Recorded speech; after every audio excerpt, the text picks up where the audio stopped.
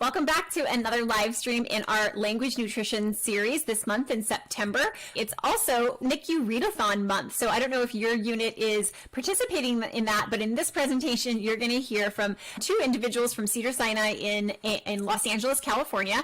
You're going to hear from Amanda Williams, who is the clinical nurse specialist, and then you're going to hear from Joanne, the child life specialist for the NICU. The two of them have partnered together to create this language program in their NICU, and I hope that you'll learn so much from them as they're just getting started, some of the ideas they had for getting funding and getting support, and the different stakeholders that they needed to talk to make this happen. So I hope that you enjoy this presentation, and we'll see you at the end.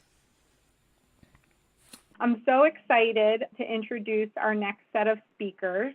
We have Amanda Williams, a NICU nurse and aspiring leader who is passionate about neuroprotective care in the NICU, improving bonding between families and their newborns, and inspiring nurses from novice to expert to continue their education and participate in quality improvement to promote best practices in the NICU.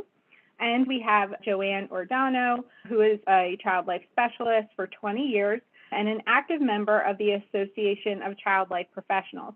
Although her specialization is in hematology oncology and grief and bereavement, she also works in critical care and trauma settings at Cedars-Sinai, and she most recently started providing support in the neonatal intensive care unit. So welcome, ladies. Okay, you guys can see it okay? Yes. Great. Well, thank you Okay, again. Again, my name is Amanda Williams. I'm the nurse educator here at Cedars-Sinai NICU. I've been a NICU nurse for 12 years, 10 of them here at Cedars. And Joanne? Joanne Odono. I'm one of the child life specialists here at Cedars-Sinai. Been here 20 years and 2 to 3 years here in the NICU. We're going to talk about our reading program, our NICU reading program, which is still very new. So for those of you who don't have a reading program, we're going to talk about briefly about the benefits. We're going to talk about how we initiated our reading program, the strategies we use for data collection, our barriers and our successes, and then our future goals for our NICU reading program. We have no disclosures, and all the families and babies pictured did provide us consent to share their photos and videos. So just a little bit of background here at Cedars-Sinai Medical Center NICU. We are a level 4 NICU in Los Angeles area. We have a very large delivery service. We typically have around 7,000 to 8,000 deliveries a year. And our NICU census fluctuates from 20 to 40 patients, but our average daily census is around 28. Our NICU is an open bay unit with 45 beds. So as everybody has discussed, reading to babies is just so beneficial to their growth and their development. Developing a reading program has really been a passion project of mine for years. I remember maybe 5 years ago working the night shift, and I was holding this baby and I was talking to him and he's looking at me, and I was like, I wish I had a book that I could just read to you. I feel like that would be really beneficial. So instinctively, we all know that reading is good for our babies, and especially our babies in the NICU. We all know that they're such a high-risk population. Many of them are born way too early, and they have to develop in our abnormal NICU environment instead of the safe, warm, contained space of their mom. And others are born term, but they are very sick, and they have to cope with being sick and being separated from their parents. So some of the reports in the literature describe how reading to babies provides the parents a really specific intervention that encourages positive routines and helps them feel like a parent while they're in the NICU. And of course, other studies have shown higher cognitive development scores when our preterm babies are read to in the NICU once they reach 2 years old. So with all of that, we kind of knew, my slide's not going, we knew we need a reading program. So as we read the literature, learned all of the things about the reading programs all over the country, like Lexi and Melanie's program, we really wanted to start a reading program in our NICU. So what we did in July 2020, we began working on the reading program by starting with a literature review. We didn't want to recreate the wheel, and we needed to get evidence so that we could get buy-in from our team. So next we identified our stakeholders to see who would be interested in helping with our program. The entire project was really a collaborative effort between nursing and child life specialists and our wonderful family council of NICU graduate parents. We presented the idea to our NICU graduate family council, and they really loved the idea of creating a reading program. They were very supportive.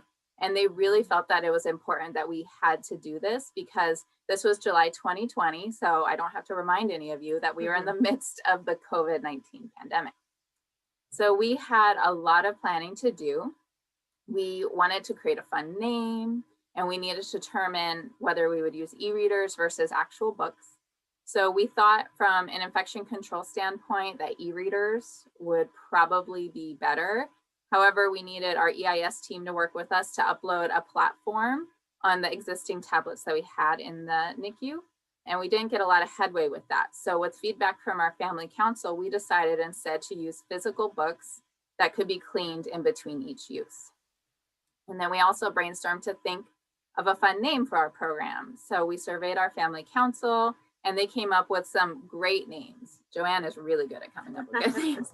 So some of our favorites were Once Upon a Hug, Snuggles and Scholars, and our favorite, Storytime Snuggles. So Storytime Snuggles was born. In August of last year, 2020, we introduced Storytime Snuggles to our staff during our collaborative practice meeting, and that meeting has physicians, nurses, social workers, respiratory therapy, physical therapy, speech, everybody attends this meeting, and they were all very supportive as well. The unit purchased a small supply of board books so that we could clean them in between each use. And we had many families and staff that donated books to the NICU. So we purchased a cart that we could keep the books at the front desk, and families could check out the book when they arrive in the NICU. So to increase awareness and encourage participation in the reading program, we created a bulletin board that you'll see on the left, which is centrally located where parents and families can view it easily as they enter and exit the unit. It features photos of different children's books, as well as a write-up about the benefits of reading, talking, and singing to their babies. To the right, you see a photo of the beginnings of our library of board books that we lend out to families.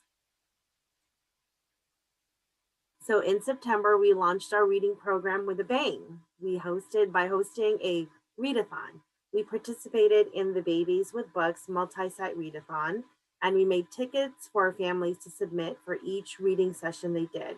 And that served as a raffle ticket entry to win a gift basket, which is the photo on the left. The readathon was exciting for our NICU, and we had families and all members of the team reading to our babies. So that included our nurses, our social workers, RTs, doctors, everybody was very involved. The readathon lasted for 10 days, and we had 116 reading events total in the NICU, which was really amazing. So from 0 to that was really cool. So the picture in the middle is the readathon table that we had set up. As the parents enter or exit the NICU, they can take a ticket, fill it out, put it in the drop box, and it's just easy and convenient for everyone. We also made pins. I don't know if you can see it on the bear. We made pins that our staff, our nurses wore, our RTs, all the therapists wore, and some said reading is lit, some said future bookworm, and others said reading is my jam. We just wanted to really make it fun for everyone. So in the gift basket, we had included several books, a blanket, and a onesie that said future bookworm. So we really just tried to make it fun for everyone. See what's our next photo. We're gonna share more pictures with you. So Halloween, for many years, we've been fortunate to have volunteers who make Halloween costumes for all of our NICU patients. Fortuitously enough, we have been incorporating children's books as a theme for the last 3 years, so that each costume is paired with a matching book that the families can keep along with the costume.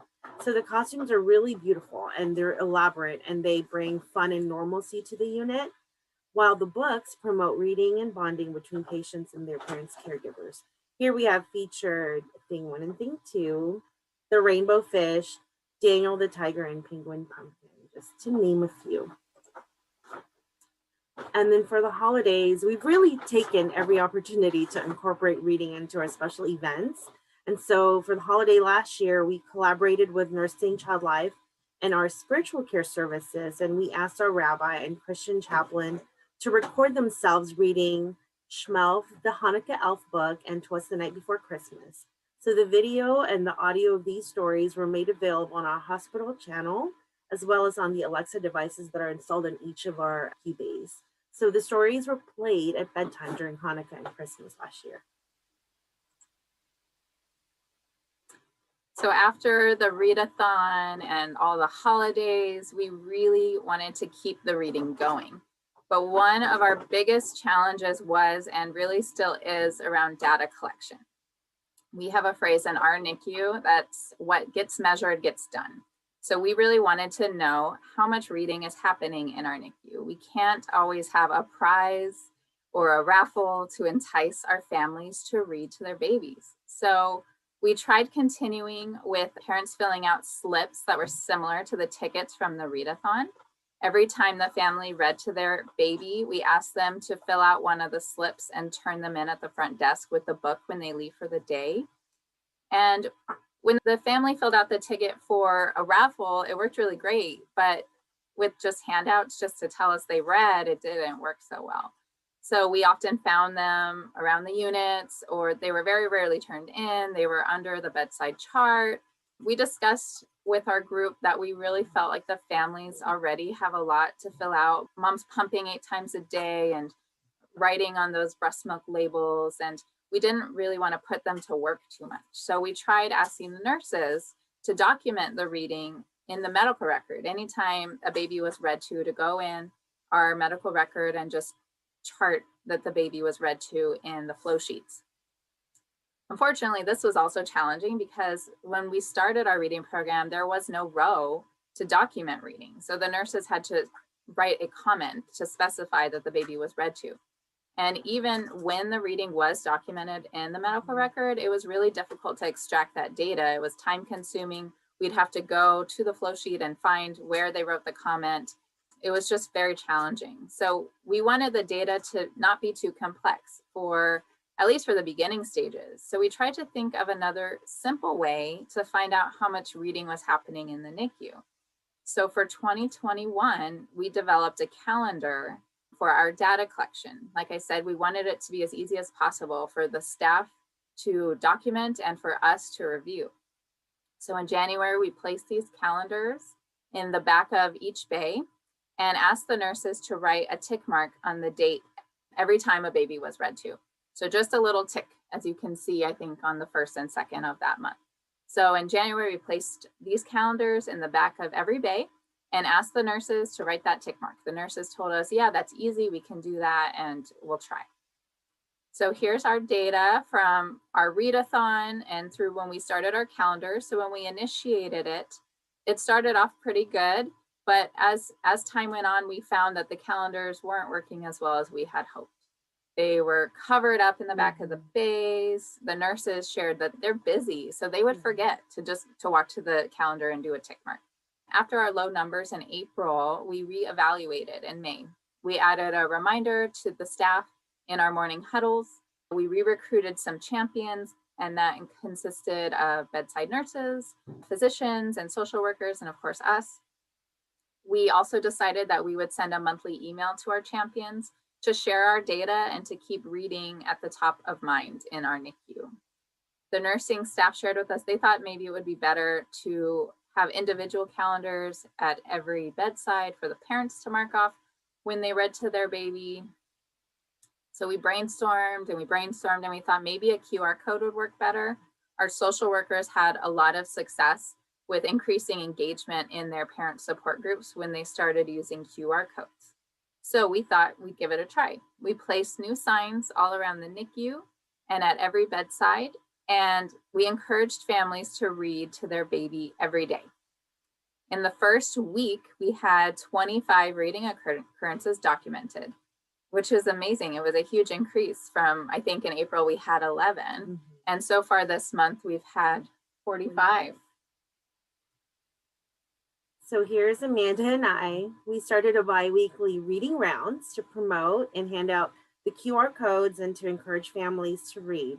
This was another opportunity to educate and bring awareness to families and staff. And if you're wondering why we looked the way we looked, this was the week we celebrated skin to skin. So she had her kangaroo costume. I had my kangaroo ears that looked like bunny ears, but it's beside the point. So we try to make it fun still and captivating, and it was nice. It really, I think, is helpful because parents are showing interest, and if they didn't know it, they were very amazed at, knowing now that they can read to their babies. So it's really helpful.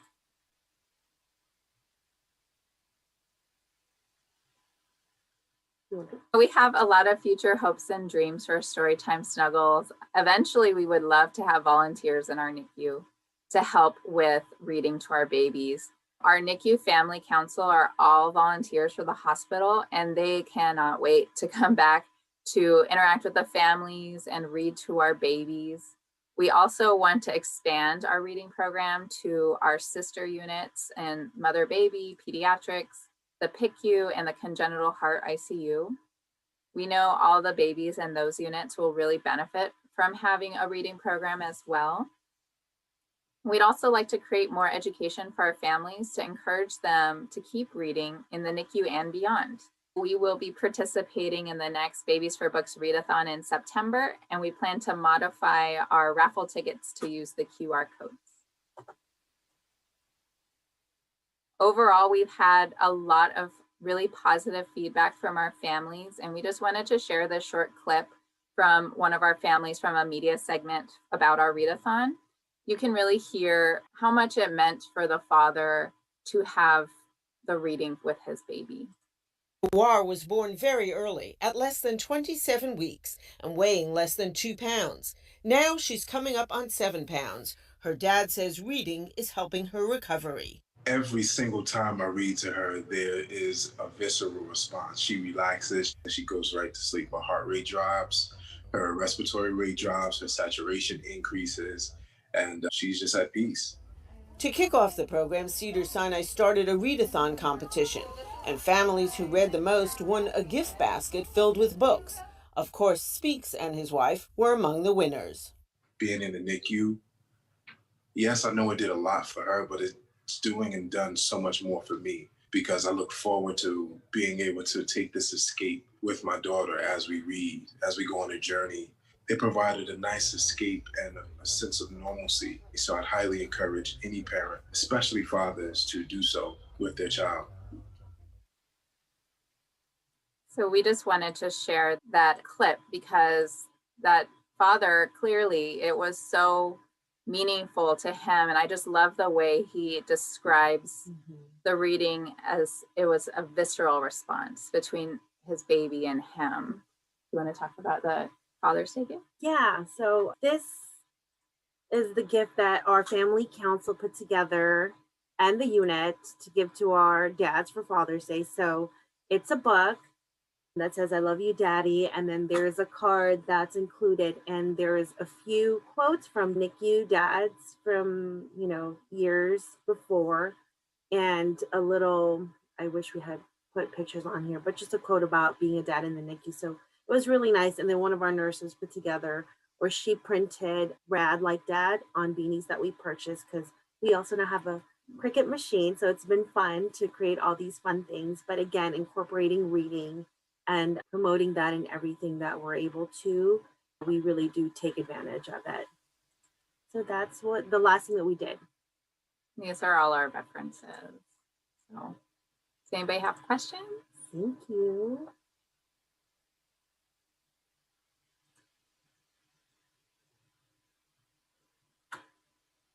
Thank you.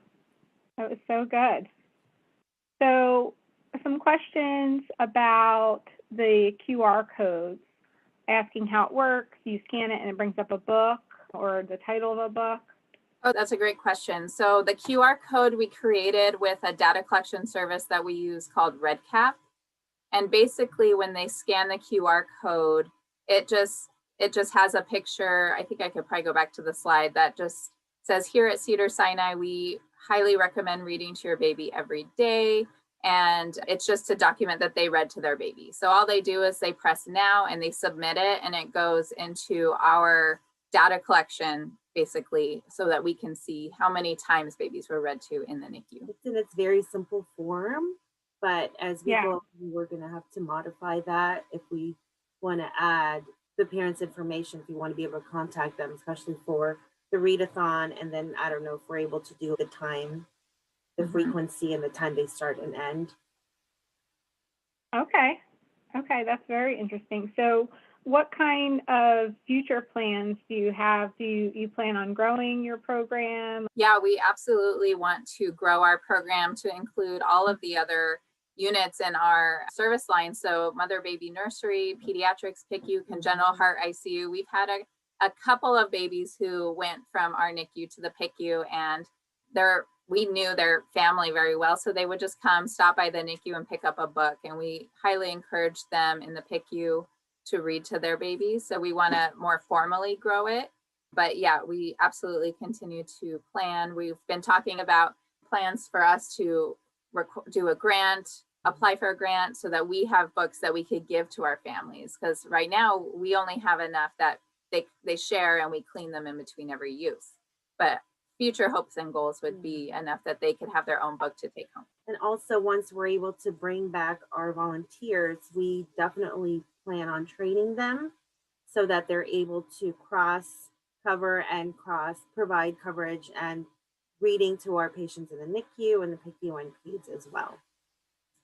Yeah, I think that's so the volunteer component, I think for me was always really important, because it's just reality. I mean, we absolutely want to engage and bring parents to the bedside, but it just is often impossible for parents to be there as much as, their baby needs for that sort of positive sensory input. And so partnering with volunteers to sort of like bridge that gap and say, hey, we're all part of this baby's team, trying to support their language development. I think that's really an amazing partnership that is so important, and maybe not one that people have necessarily thought about, seeking out those partners in their volunteer services.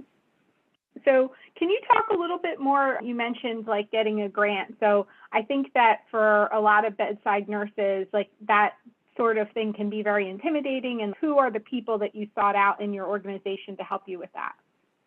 So we haven't started that yet. That's our future goals for this next fiscal year. But yeah, we love the suggestions people gave earlier about the Girl Scouts and the Boy Scouts and just all of the suggestions in the chat. So we've been writing them down and definitely planning to look into all of those. Just thinking of groups and organizations that have community outreach programs, and maybe tapping into those and applying for those. I know March of Dimes was initially involved with the reading program at Nemours. They provided us with support there. So that's another one to think about. And, they do have a budget, your local March of Dimes representatives, that they can help to support programs in your NICU, especially when you're talking about partnering with families. Other people are saying also high school counselors often have kids who need service hours. So that might be a good pipeline for readers. When we initially launched the Bookworms program, we did launch it with high school volunteers over the summer. I mean, that was obviously well before COVID, but that was something that gave us that manpower initially to have lots of readers. I don't know, does anyone else have any other questions? We don't have any questions because we asked them all last time, but you guys did great. Thank you so much. Wonderful talk. Yeah, really great. All right. I hope you enjoyed this presentation from Amanda and Joanne. If you'd like to get some handouts as well as some other resources, go ahead and either click the link in the show notes below or scan the QR code here on this screen. We'll go ahead and put you on the list to receive reminders, and you'll get exclusive access to some other lectures that we're not putting out on our YouTube channel. If you've enjoyed presentations like this, definitely click the subscribe button. It really helps us and lets YouTube know that you want to see more videos from us. So definitely subscribe to our channel. It helps us out a lot, and we'd love to see you on our next one. So anyways, thanks for being here, and